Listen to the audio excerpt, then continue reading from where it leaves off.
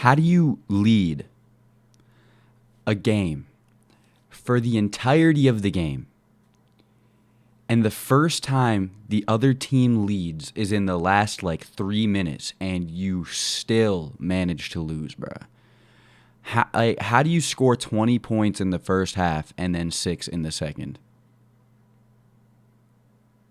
I can't fathom how this happened at all. The Saints lose another game that they definitely shouldn't have lost.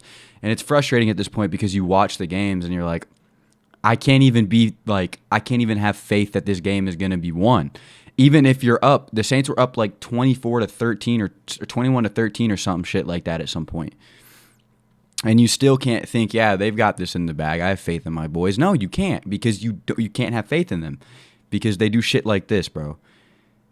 This game felt almost just as bad as the Vikings game. The Saints got the ball back, still up 2 points with 3 minutes left. And Pete Carmichael called the most beautiful 3-and-out I've ever seen. The most fucking stupid 3 plays I've ever seen called in my life. Run, incomplete pass. And it's something that we've literally been talking about since the season has started. Run, incomplete pass. And boom, you're punting the ball away. Blake Gillikin shanks the punt.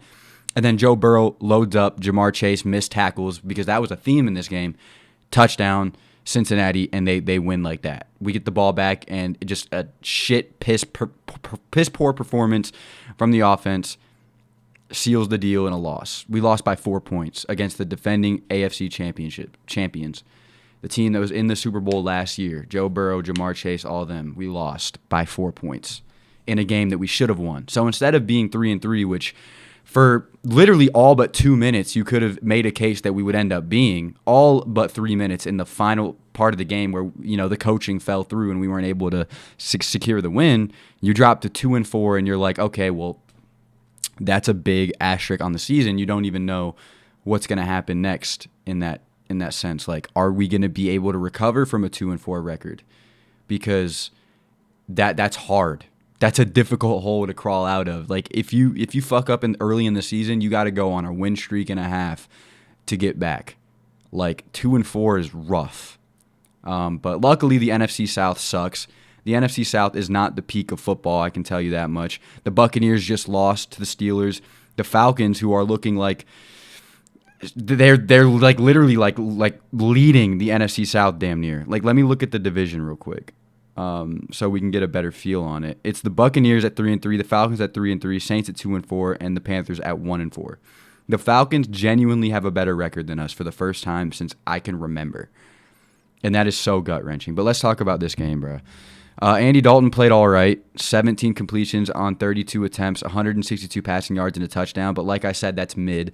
If you want to be mid at the quarterback position, you're going to keep Andy Dalton in. But in his defense, you were missing Chris Olave, Michael Thomas, and Jarvis Landry, who you can only hope and pray are back for the game against the Cardinals on Thursday, because it sucks ass because he had nobody to throw to.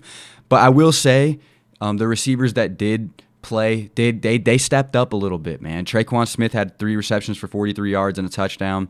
Jawan Johnson had 4 receptions for 41 yards. Callaway had 3 receptions for 36 yards. They stepped up as much as they can. They were playing their heart out.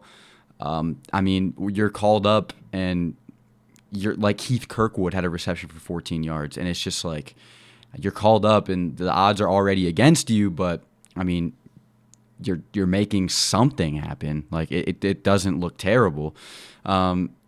I've heard rumors, bro, that Andy Dalton is probably going to keep the starting job, and I think that was a perfect chance to prove it on that last drive before the game ended, but he wasn't able to.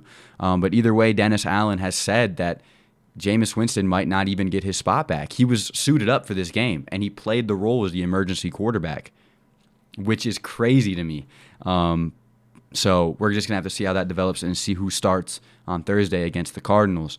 We just have to hope that Chris Olave and Jarvis Landry are back, or maybe Michael Thomas as well. You never know at this point. They're all injured to shit. So Michael Thomas is dealing with some type of pinky toe injury or something that's kept him out 15 games for some reason. So that's just a gut-wrenching loss. Another game you shouldn't have lost that you lose. This and the Vikings game, bro, are the difference between us being 4-2 is just winning those close games.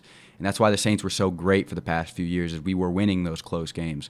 But being on the other side of the coin and losing them, that's how you're a good team with a horrible record. Like, this team isn't horrible. You're missing Marshawn Lattimore. You're missing Chris Olave. You're missing Michael Thomas, Jarvis Landry, Jameis Winston. You're missing a lot of players. Like, Marshawn Lattimore would have been huge in this game because Jamar Chase had 7 receptions for 132 yards and 2 touchdowns. With Marshawn Lattimore on the field, that doesn't happen. I don't give a shit who you are. You're not doing that with Marshawn Lattimore out there. Your premier wide receiver isn't your premier wide receiver with Marshawn Lattimore out there. He missed this game, and that was a big problem for the Saints. So injuries are a huge one in this, but it doesn't matter because coaching is the sole reason this game fell through. You outcoached the Bengals all the way until the final 3 minutes, and everything just crumbled away, and you let the game get away from you. Like, these are the types of games you can't lose. And that's what separates teams that are mediocre from teams that are good and great, is losing the games that you can't lose. And we went ahead and did that. We all saw this coming. I mean, as soon as the Saints went up 2 points and got the ball back with 3 minutes, I knew that was it. Like, there was no way the offense was going to go do something. Like, we've seen it too many times this season. Run, incomplete. Run, incomplete. 2nd and 10 runs. Pete Carmichael, an absolute offensive genius. Bullshit loss. But, I mean, the positives, I'll talk about individual players because the team really disappointed today. It's a game you got to win. Alvin Kamara had 19 attempts for 99 yards, 5.2 average. He also had 25 receiving yards on 6 receptions to go with that. So a vintage Alvin Kamara game yet again. He's looking back and better than he has been in a while.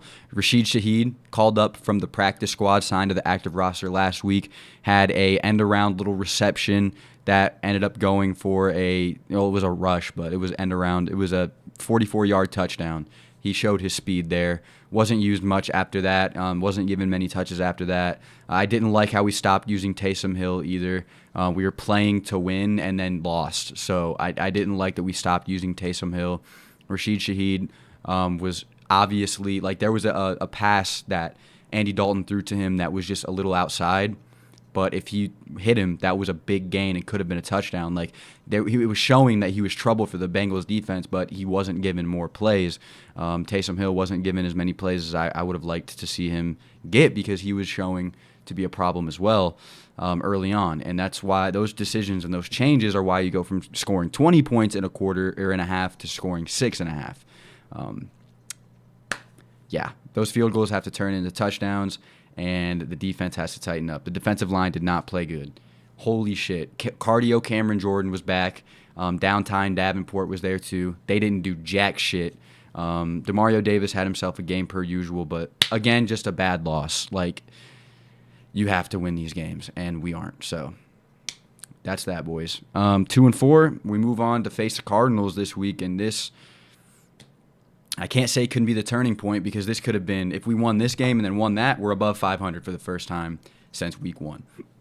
But we lost. So after we play the Arizona Cardinals on Thursday, which they're in a match with the Seahawks right now, we'll have to see how that goes. We'll end up moving on. Let's go see who we play week 5 or week 8 because damn, it's already about to be week 8. We play the Raiders who are 1-4, and that will be a game. So, yeah. Thank you guys so much for watching. It's just frustrating, and I'm kind of like tired of it at this point. But the season's not over. There's still a lot of life left. The division sucks, so we can sneak in somehow. We'll see. Thank you guys so much for watching, and I'll see you boys in the next one. Adios. Fuck Jamar Chase.